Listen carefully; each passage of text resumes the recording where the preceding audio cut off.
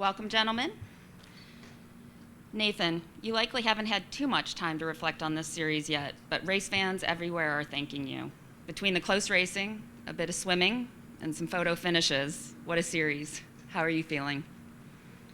Yeah, well, we definitely like to keep it interesting, that's for sure.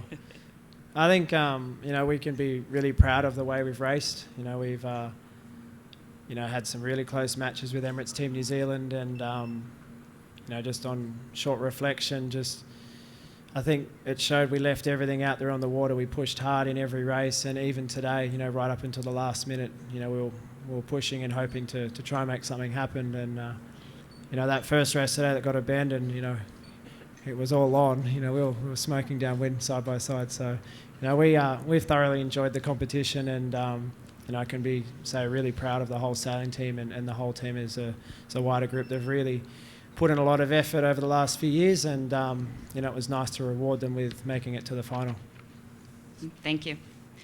Ian, you must be incredibly proud of the team and all that you've accomplished. I'm sure there's a lot of emotions. How are you feeling? Real mixed emotions. First time in the press room here. I've been avoiding you lot, so.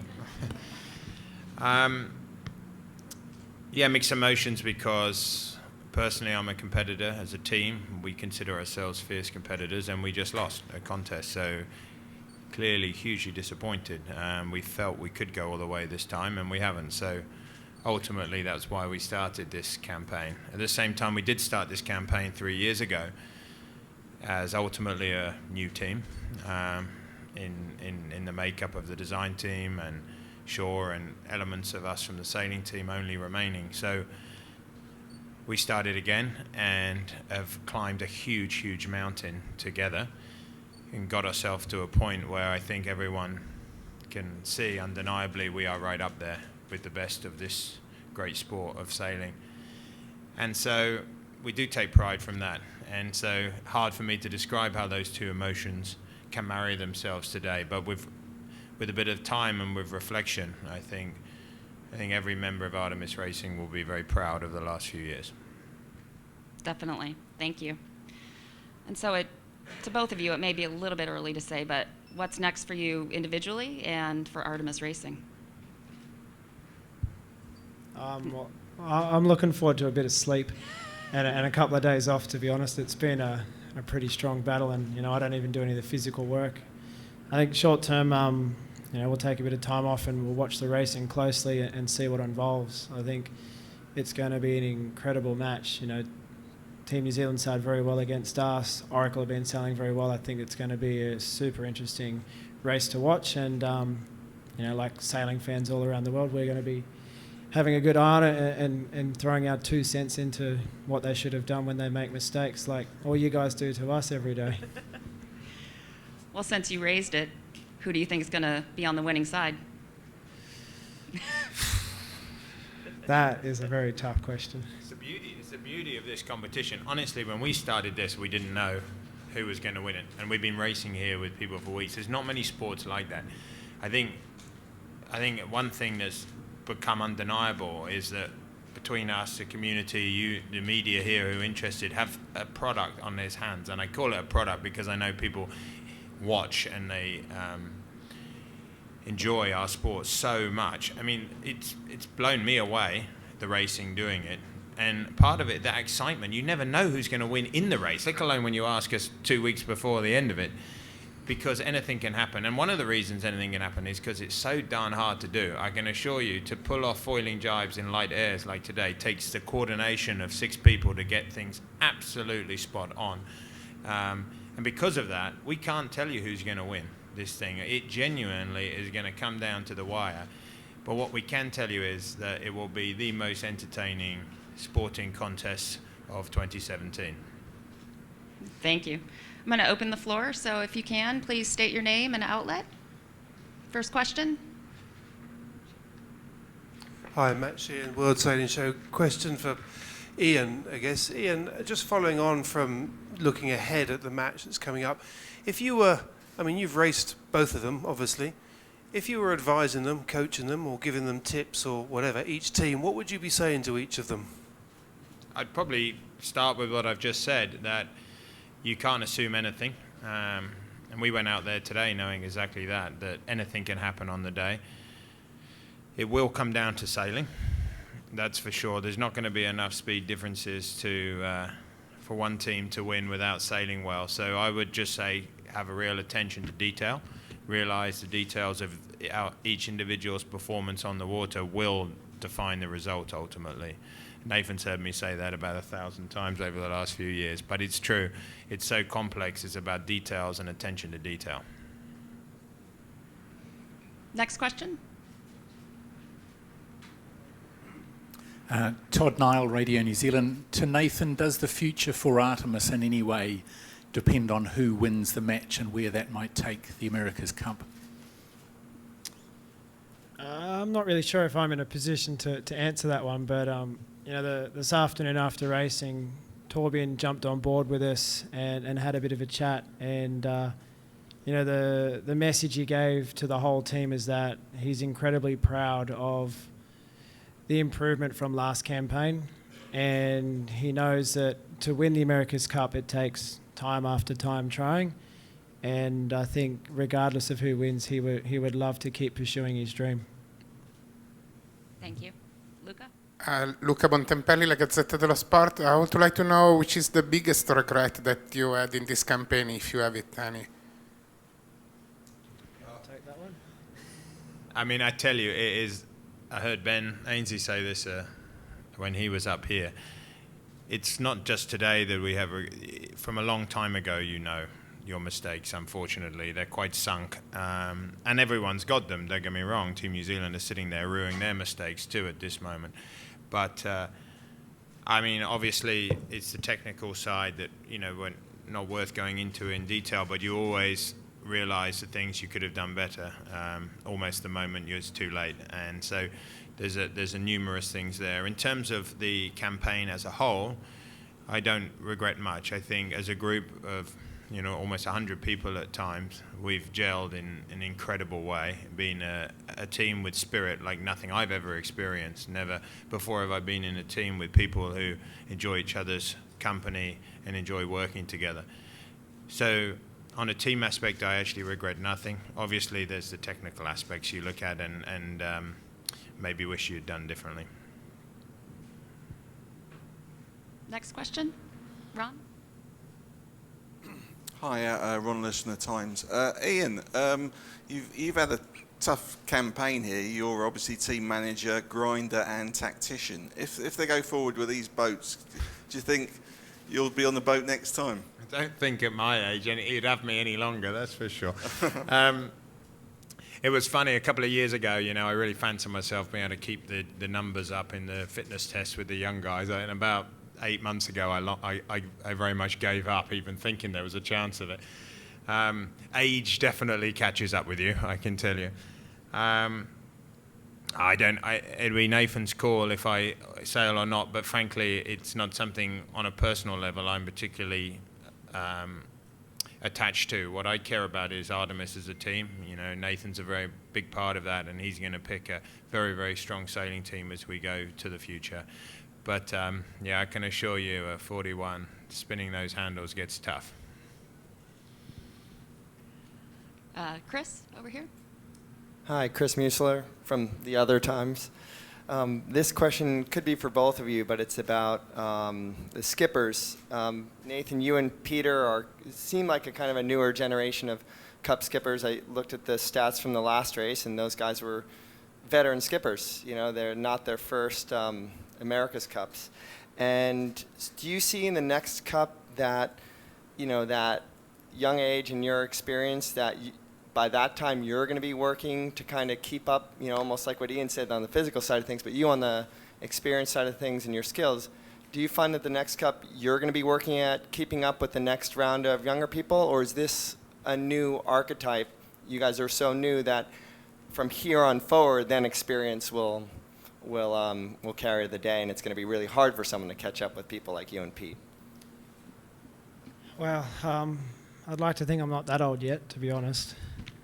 I think the type of boats that we're sailing these days are very similar to boats that I've sailed as a younger kids, so to speak, the foiling moth or the skiff class, is a fast boat that you need to have very good reflexes in, and the America's Cup class now is no different. And I think the people that you're referencing are the guys who are currently out sailing there right now, the Red Bull Youth America's Cup kids, and you call them kids, but they're in their 20s. A lot of those guys have been to Olympic sailing 49ers, guys that I know, and so I'm sure they will take any opportunity they can to take my job away or Pete's job away or whoever else there is. And I think the best thing that we can do with the America's Cup is keep creating more teams to give guys like that opportunities to get involved. And I think the type of boats that we sail now, you also need quite a bit of experience in them. They're not very easy boats to sail, and so the guys who are currently out there sailing this afternoon and the youth boats are getting that experience that they need. And I think the best thing that I can do one day is grab one of those guys, take them under your wing and train them up and help get them into the sport, because there's no point just shutting down doors for future generations. Thank you. Next question, Luca. I'd like to know if you stay around to see the final, and which one will be your next regatta for both of you.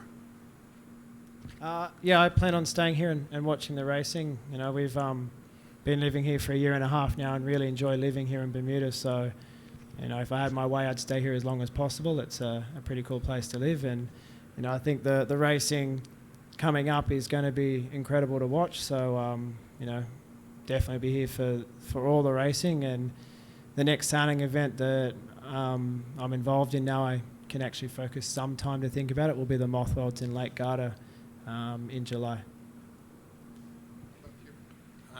I might need to nip off fairly soon. I've got another priority coming up in the form of the birth of my first kid. So that's, in fact, the due date was today. I'm under serious pressure to get back, and really, really excited about that, to be honest with you. It's been one of those amazing experiences knowing something so special is coming up whilst I'm focusing so hard on something that I'm also very passionate about. But my partner Alex is doing all she can to wait for the BA flight to land into London, so I'm really excited about that. But yes, after that I will be back for the final. Artemis, as Torbjörn alluded, is a team that doesn't want to stop here, and so there's work to be done, and myself and Nathan will be looking at the final as interested spectators, but also as future competitors. Any final questions? Oh, two more. Nathan, Matt Sheehan again. I just wondered, you've been on the receiving end of the bikes on the other side, and we've spent weeks now speculating on how much of an advantage that was. How much of an advantage do you think it is? Have we overplayed it? Is there a lot in it? To be honest, I think the bikes gave them an avenue to do things that the rest of the teams couldn't do in terms of hydraulic capabilities. I think the main thing was they were able to adjust their wings slightly better than what we might have been able to, but I really don't think it was the difference between them beating us or not. I think it comes more down to finer details of foil development and control systems and things like that. So, I know everyone likes to talk about how magical the bicycles are, but I've not sailed the boat, so I don't know exactly how their boat works, but I don't think that was the main reason. And next to Todd. Nathan, just a quick one. Between those two races, when you're sitting around out there, how do you all keep your composure? Do you whistle, sit separately in corners, or? We're just hanging out, trying to work out if we're actually going to get another race in today. And I was joking with a bunch of the guys, saying we're going to make this go for as long as we physically can. And we got a good group of guys, not just the sailors, but also all the guys in the ribs. And we just had finally a little bit of downtime to have a bit of a chat about things other than sailing while we were drifting around. And the moment a bit of breeze comes, we're off trying to work on foiling jibes and tacks and just keep improving, because we don't know the next day we're going to get to sail our boat, so we just go out and enjoy sailing that as much as we can. Thank you. Richard Gladwell from Sail World for Ian. Got 3 questions. Firstly, you're going to sail against either the challengers or defenders next week? Me personally, I think I would. I'd get shot. No, we're all pretty exhausted, to be honest. So I don't think we would have the energy to get the boat out of the shed. No, so carry on. You had 3. Blimey. Yeah. So the next one is, you've sailed against Team New Zealand more than any of the other teams here. Can you give us an analysis of what you think their strengths and weaknesses are? I mean, they have got quite a lot of strengths. We haven't seen them in all conditions, is the truth. We met them today, and we've met them in a lot in that kind of 10 to 14. They have good upwind speed in that stuff, is the truth. You saw even yesterday we were struggling to hold on to them for upwind pace. I think obviously there's immense talent there with those guys at the back of the boat. Glenn comes with a lot of composure. So no, I see a lot of strengths in the team. Obviously, I see them as a very, very, very good competitors going into the match. Weaknesses side, I think you have to be fair with Nathan sitting next to me to say that over the starts he did dominate, and I think, to be fair to Team New Zealand, that's much more a testimony to the skill that he's developed as a match race starter than anything else. And none of the other helmsmen like racing against him either in the pre-start, but truth be told, it was quite a whitewash there. And that's probably the biggest one of all, because these boats are quite hard to pass in. They did do a good job of that during the racing with us, but it could go different ways, and it wouldn't have been so easy, that's for sure. And the other thing is that, and we all know about the framework and all that sort of thing, and it's locked the AC50 in for the next 2 cycles. Given that it hasn't been used prior to this cycle, what's your opinion of the AC50? Does it need to be improved, or we get a new boat, or what? Well, I think Team New Zealand have been very measured in their response, in the sense that they've looked at it and said, we're not sure yet if this will work as a format. The rest of us, wanted to prioritise certainty over that decision. But they have been very measured in their response, and I have so much faith in Kevin and Glenn and Grant and the guys to look at this, as I said, product for the spectators, for us as sailors, boats. And I think it's pretty hard to deny that the racing, as we've seen, has been some of the best sport, and I say sport rather than sailing, some of the best sport that any of us have watched in the last 20 years. And it does come from very fast, spectacular boats that can turn on a sixpence and keep the tactics of the racing side tight the whole time. So I'm sure Grant and Glenn and the guys are looking at it, and they're realizing that collectively, all of us, Team New Zealand included, have something very, very special here. So I believe that. Torbjörn Tonquist believes that. I would like them to feel the same. If they go ultimately on to win, it'll be their call. But ultimately, we're all sailors and we're all passionate about our sport, and we want what is best for it. And I have every faith they will come to a good decision as well. Thank you. Any final questions? An opportunity for you two. Any final words? I think it'd be wrong of me not to thank Nathan while I'm up here, what he's done since the Olympics. I said it in the answer to the last question. I think when it comes to racing, and I don't mean sailing these, but I mean in terms of racing and racing hard, he's taken this game to a new level. And it's a level that's now the standard, and I know, knowing him, he's intending to take it to an even higher level again next time. So thank you, Nathan.